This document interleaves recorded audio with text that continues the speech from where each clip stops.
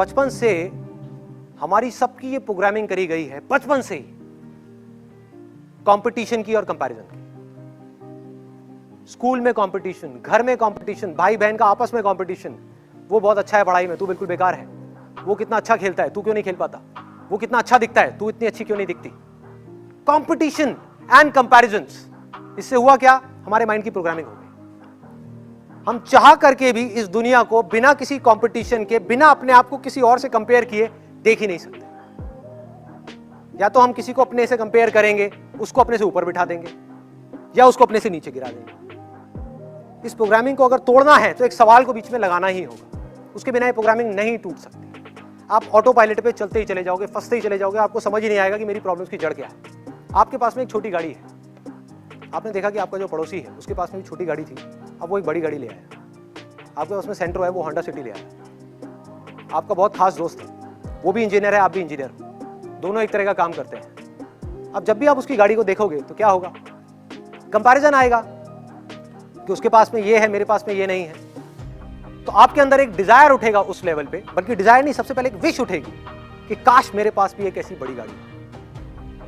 अब ये विश धीरे धीरे जैसे जैसे आप उसकी गाड़ी को देखते चले जाओगे, उसके बारे में सोचते चले जाओगे, ये डिजायर बन जाएगी। अब देखो ये डिजायर किस तरीके से फंसाएगा आपको, कि आपने उसके वो गाड़ी देखी और आपके अंदर डिजायर उठा कि मुझे ये गाड़ी चाहिए, बड़ी गाड़ी चाहिए, और आपका दिमाग चलना शुरू हो गया, माइंड में इमेजिनेशन आनी शुरू हो गई कि मुझे ये चाहिए चाहिए चाहिए चाहिए चाहिए। आपने रास्ते निकालने शुरू कर दिए। इन डिजायर्स के अकॉर्डिंग माइंड ऑटोमेटिकली रास्ता निकालता है कि अब ये कैसे मिल सकती है, जल्दी से जल्दी ये कैसे मिल सकती है। उस वक्त हमको और कुछ दिखाई नहीं दे रहा होता, कुछ और चीजें समझ नहीं आ रही होती। और हुआ क्या कि आप गए और कुछ महीने बाद जा करके एक गाड़ी खरीद करके ले आए, फाइनेंस करा ली। आपकी इतनी कैपेसिटी नहीं है उस गाड़ी को अफोर्ड करने की, लेकिन डिजायर बहुत स्ट्रांग था, तो उसने वो करवा दिया काम आपसे। अब जैसे ही आपने फाइनेंस कराई, आपकी जो सेविंग्स थी वो भी उसमें लग गई, प्लस मंथली इंस्टॉलमेंट्स बन गई। आपकी सैलरी का एक बहुत बड़ा हिस्सा 20% या 30% उस इंस्टॉलमेंट में जाने लग गया। सोचो, अगर आपके बॉस को इसके बारे में पता लग गया तो वो क्या कर सकता है। उसको ये समझ आ जाए कि आपके अंदर इस गाड़ी को खोने का डर है कि अगर किसी वजह से मेरी ये गाड़ी मेरे हाथ से चली गई तो मैं क्या करूंगा, इस सोसाइटी में जाकर के कैसी अपनी शक्ल दिखाऊंगा लोगों को। छोटी गाड़ी में आ गया वापस से बड़ी गाड़ी से, तो उस गाड़ी से आपको इतनी अटैचमेंट हो गई, उस पर किसी ने स्क्रैच मारा तो लड़ाई झगड़ा, कुछ भी हुआ तो प्रॉब्लम।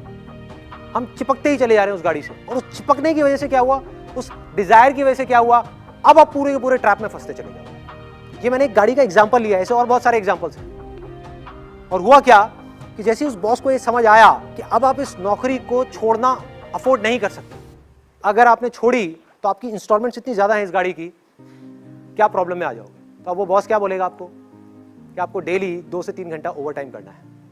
क्या आप मना कर पाओगे? यस और नो? नहीं कर सकते। आप फंस गए हो और आप इस चीज को समझ ही नहीं पाओगे आप फंसे किसकी वजह से हो। आपके अंदर एक डर पनपेगा कि अगर मैंने जॉब छोड़ दी और 3-4 महीने तक मुझे कहीं और जॉब नहीं मिली तो मेरा क्या होगा, ईएमआई कहां से दूंगा, मेरे घर के खर्चे कहां से निकलेंगे, ये कैसे होगा, वो कैसे होगा। फंसते चले गए। आपके अपने डिजायर ने बॉस के थ्रू आपको फंसा दिया,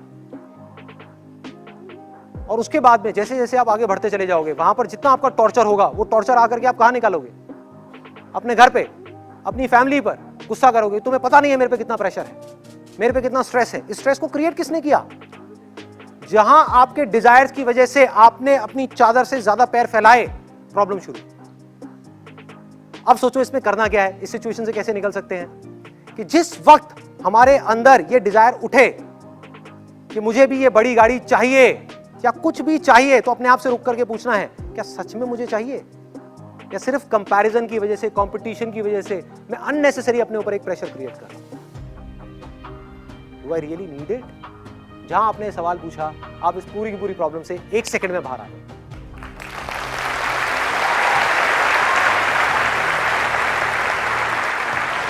आपकी इंटेलिजेंस बीच में आ गई, वो आपको बचा सकती है। डिजायर को उठने से पहले ही आपने खत्म कर दिया। आपने कहा मुझे गाड़ी नहीं चाहिए, मुझे आजादी चाहिए, आई नीड फ्रीडम।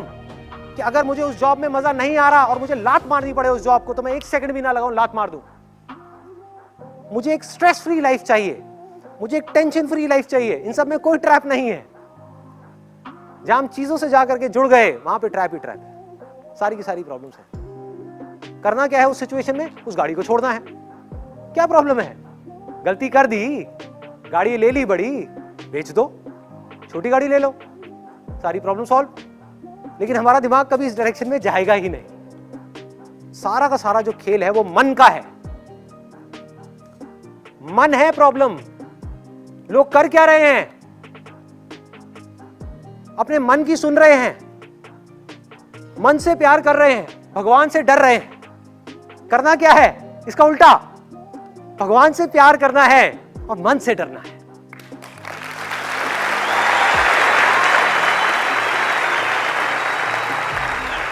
ये मन है जो हमको फंसा रहा है। ध्यान से पकड़ो। बीमार हो गए, ये मत सोचो कि बीमार हो गए और जाकर के भगवान के सामने बैठना है। ये सोचो कि मैं बीमार क्यों हुआ। क्योंकि जब मैं किसी शादी में गया या जब जाता था कहीं पर भी, तो इतना सारा खाना देख करके मुझसे रहा नहीं जाता था। मेरा मन करता था कि मैं सब कुछ खा लूं। तो हमने क्या किया? अपने पेट की भूख को मिटाने की बजाय अपने मन की भूख को मिटाने की कोशिश करी, जिसकी भूख कभी मिट ही नहीं सकती।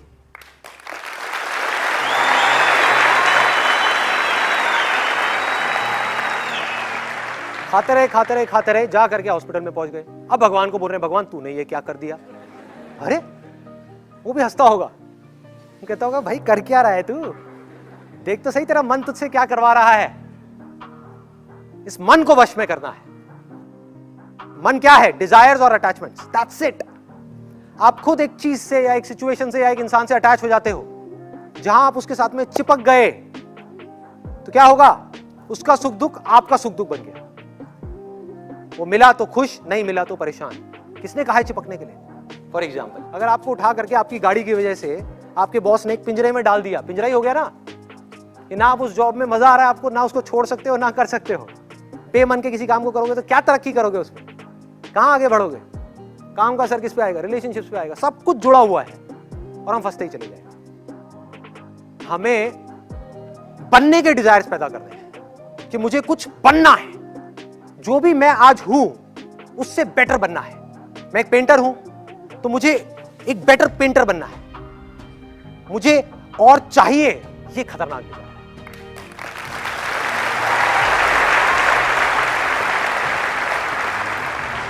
मेरा सिंपल सा मोटिव ये है कि आप एटलीस्ट कुछ क्वेश्चंस पूछो।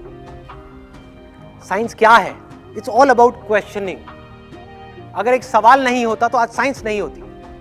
एक आदमी आराम से पेड़ के नीचे बैठा हुआ था, उसके पास में एक एप्पल गिरा। सर पे गिरा था या पास में गिरा था? सर पे गिरा था। जहां भी गिरा था, सर पे गिरा, पास में गिरा, एप्पल गिरा। उसने देख करके पूछा कि एप्पल नीचे क्यों आता है, ऊपर क्यों नहीं जाता? Law of gravity was born in that particular moment. Question क्या है? एक डिजायर है। एक डिजायर है कुछ जानने का। जो आपने पूछा ना, किस तरह के डिजायर सही है, किस तरह के नहीं है। Questioning is also a desire which will lead you down to intelligence, जो आपकी इंटेलिजेंस को बढ़ा देगा। और एक डिजायर है चीजों का, जो आपकी इंटेलिजेंस को कम कर देगा। एक क्वेश्चन पूछो कि हम ये कर क्यों रहे हैं, कि मैं अपने पड़ोसी की गाड़ी को देख करके ये क्यों चाह रहा हूं कि मुझे भी वो गाड़ी चाहिए। ये मेरा अपना डिजायर है या बचपन से मेरी ऐसी कंडीशनिंग हुई पड़ी है, बचपन से मेरी ऐसी प्रोग्रामिंग हो गई है, competition competition competition, comparison comparison. क्या उस गाड़ी में बैठने के बाद में बहुत मजा आने वाला है? क्या वही जिंदगी है या जिंदगी कुछ और है? पिंजरा जैसा मर्जी हो, सोने का भी हो, है तो पिंजरा ही ना भाई। किसी भी चीज का डिजायर एक सोने के पिंजरे के जैसा है जो हमको कैद कर देता है। क्वेश्चन पूछने का डिजायर बढ़िया है, आपकी इंटेलिजेंस को बढ़ाएगा। किसी भी काम में आपको एक्स्ट्रा ऑर्डिनरी होने के लिए आपको क्वेश्चंस पूछने ही पड़ेंगे। बिजनेस में आपको डेली 1000 बार सवाल पूछने पड़ेंगे कि मेरे कस्टमर्स को क्या चाहिए, क्या चाहिए, क्या चाहिए। उनकी रिक्वायरमेंट को समझना है, अपने आप को बेटर बनाना है। जिसकी सवाल पूछने की आदत है वो किसी भी फील्ड में चला जाए वो कामयाब हो जाए।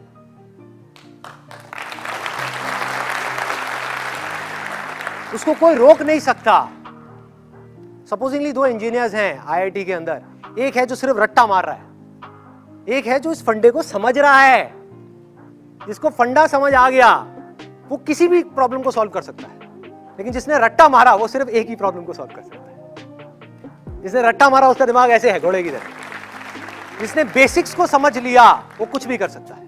अब बेसिक्स को वही समझ सकता है जो क्वेश्चंस पूछ सकता है, सही तरह के क्वेश्चंस, सही जगह पर पूछते चले जाना है, पूछते चले जाना है, पूछते चले जाना है, उसका माइंड शार्प होता चला जाए।